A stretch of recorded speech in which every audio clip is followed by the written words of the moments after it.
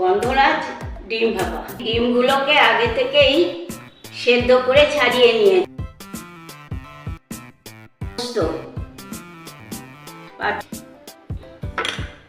নুন হাফ পেস্টটা বাটির মধ্যে দিয়ে নেব। গন্ধরাজ ডিম ভাপা, তার জন্য আমি গন্ধরাজ লেবুর জিসটা এটার মধ্যে একটু দিয়ে নেব। তোমরাও এইভাবে করবে, দেখবে সাদা অংশটা যেন না বেরোয়, তাহলে কিন্তু তেতো হয়ে যাবে। রস, পরিমাণে হলুদ। আমি জল দিয়ে বসিয়ে দিয়েছি, এর মধ্যে আমি কৌটোটা বসিয়ে দেব। ভারী একটা কিছু চাপা, এই ঢাকাটা দিয়ে ঢেকে দেবো। ঢাকনাটা দিয়ে ডিম ভাপা আমার তৈরি।